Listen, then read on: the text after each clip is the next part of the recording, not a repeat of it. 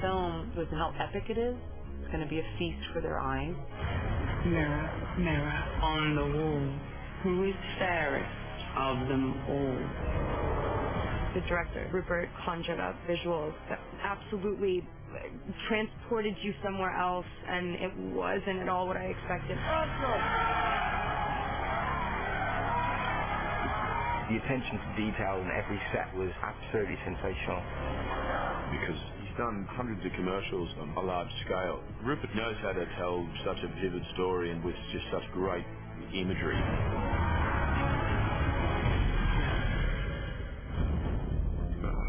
Everything that we're shooting is either a real location or we're building immense sets. It kind of takes your breath away every time you turn up to work. Rupert is a very visual guy. He captures almost every kind of landscape. We go through the dark forest, the sanctuary, the kingdom in its Camelot stage of richness, and the kingdom in its disintegration. Chatting away, guys. Enjoy yourselves. Here we go. During Magnus's reign, life was amazing. There was a sense of peace, and so our dressing really reflects that. Everything was very colorful, and there was a lot happening. When Ravenna comes along, this ashes just cover the world. Her lands are burnt. The Queen really symbolizes death, and Snow White is the beating heart of life.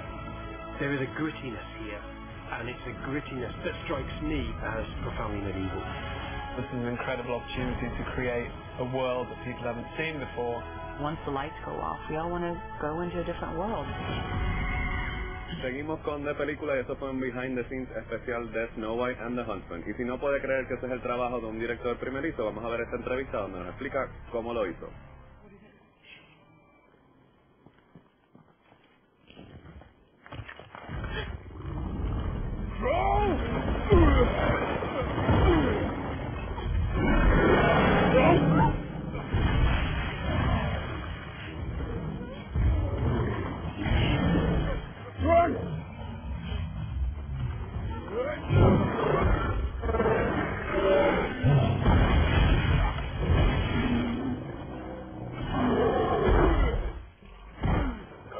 You've done it now, the film is finished, but I wondered when the project came first your way, did you know that it was kind of a director's Candyland, because you get to sort of build the world, work with great actors, you get a little bit of everything as a director, so I wonder if you saw that before you did it. Yeah, I mean, it wasn't a surprise knowing, you know, when I turned up, oh, I get to do all this, you know, it was a very conscious decision. I've been close on a few different projects, and I was looking for a project that gave me the ability to show my imagination and to build a world from the bottom up, and that's really what I saw in the story.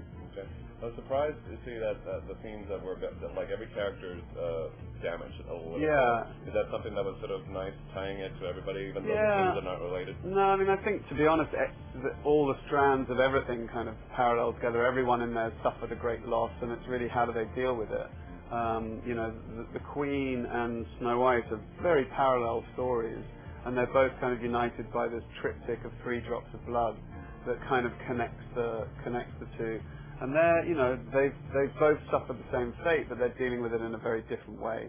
One is determined to reclaim the kingdom so that the people won't suffer, and the other is making people suffer because of the wounds that were put on her people by these wealthy kings.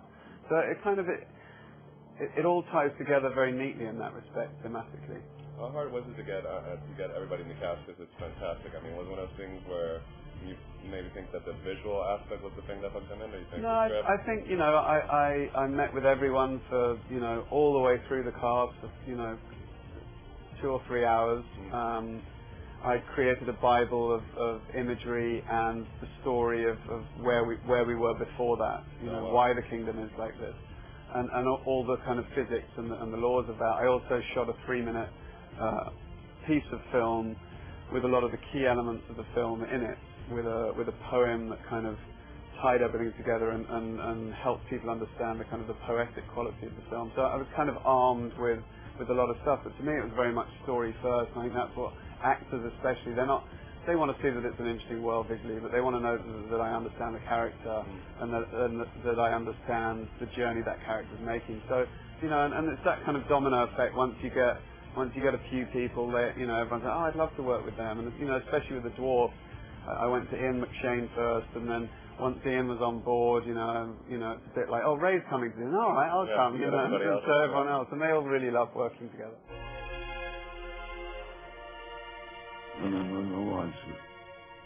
No one's ever seen this before.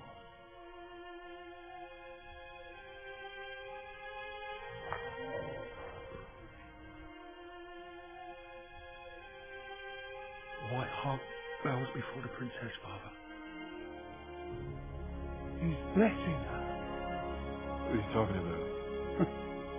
You have eyes, Huntsman, that you do not see. You who have been with her the longest. She is life itself. She will heal the land.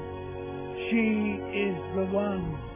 The story's been around, obviously, for ages. Yeah. And you're able to sort of mold it into a certain thing. I wonder, what do you think about the essence of it? It lends itself to be transformed and retransformed over and over. I think it's one of those great kind of human stories that kind of expresses our human condition.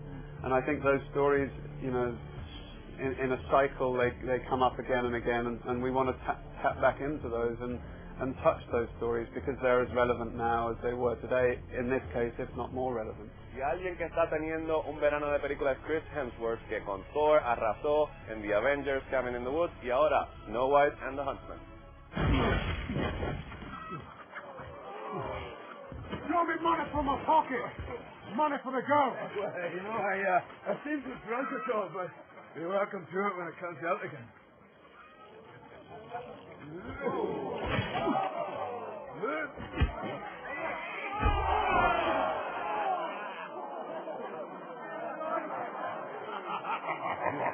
First question. Besides a couple of movies you've done, you managed to do films that are really, really huge on scale, but the characters are always interesting. Is that kind of what interests you as an actor, or just happy coincidence that you... Yeah, no, it's absolutely, and it's, thanks for for noticing that. I keep getting asked, so you just keep doing action films, but what I've loved about these films is they weren't just action films. They were they had characters at the center of it, and that certainly is what I look for. The sort of action and whatever is comes afterwards, and isn't a sort of prerequisite for me doing something. Do you think you feel comfortable in sort of fantastic situations because you have the Thor experience and you know what can be achieved in terms of acting versus special effects? I think it certainly helps. There was a lot more green screen with playing Thor and Avengers than there was on this. This was much more kind of rooted in reality, and all the locations were real. We went to real cathedrals and castles and snow-capped mountains. It was just incredible. But yeah, you start to sort of understand, okay, you could do this with this rig or whatever, and you become a bit of a action sort of stunt expert. Cool. The other thing is, were you apprehensive at all that it was? You can never tell by watching the movie, but it's a first-time director. So, were you worried at all when you sat down and talked to him? I was initially when it was pitched to me. I said, okay, who is he? What's he done? And they said, oh, we know he's a commercial director, and but as a first feature. I said, oh well, and then went and watched his showreel, and was just blown away. Like, he wasn't just a visual director for the sake of being visual. He was able to tell a story with that, a real solid story with some real heart. And then sitting down with him, his pitch on the characters and the film I was inspired and blown away by. So it was a sort of a pretty quick decision once I met him. My brother tells me you are a widower, a drunkard, and one of few who has ventured into the dark forest. Really? One of my prisoners has escaped there. Oh, he's dead. She is certainly dead. Find her. Bring her to me. Oh, I've been to that forest. I'm not going back. You will be rewarded handsomely. What good is gold to me if I'm lying dead with the crows picking at my eyes? Well, I know you can hold your own, but I was just hearing the birds and I got scared that Charlize was going to hurt me. She's intimidating. Yeah, she's far more intimidating than the trolls or whatever else I fought in that movie. How was doing those few things you got to do with her? It was fantastic. I mean, the first day the first couple of weeks of my schedule was supposed to be pretty minimal and little scenes, and then the day before I started shooting, they said, "Oh, we've had to change the schedule, and tomorrow your first day is a big scene with Charlize." Great, I hadn't even met her, and I hadn't even know the lines properly, and so that was intimidating. But I've got to say, she's so good that she brings your game up, and you can't help but sort of be there with her, and it's just a hell of a lot of fun too. At this point, you haven't tackled something that could be called a romantic lead, per se.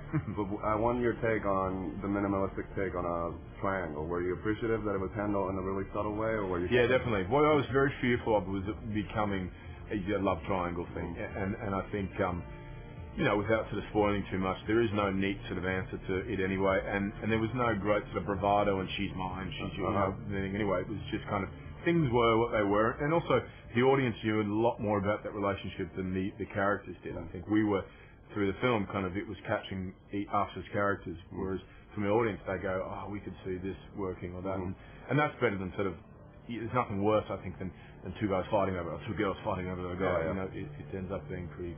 So this is something that's usually asked of actresses, but I wonder, because I'm a dad and I know, do you think your choices will change once you sort of fully pawn the dad hat? I think there'll be moments where you'd go, Mark Ruffalo said this about, he said, I've never done a film where my kids could go and watch it. And he said for the first time Avengers is something they could go and see and they loved. And I think, if I fell into a category of just doing very dark kind of films that my kids couldn't see, that'd be a bit of a shame. But at the same time, they're sort of takes on a life of its own, and, so far there's a couple of things they could watch and a couple they can't. Yeah. All right, well, pleasure talking to you about this one, and pleasure speaking out about the other one. Yeah, thanks. Thank you. You have a good day. Thanks, man. I love Puerto Rico, actually. Vaya y busque el popcorn que Juanma se enfrenta cara a cara con Charlize Theron.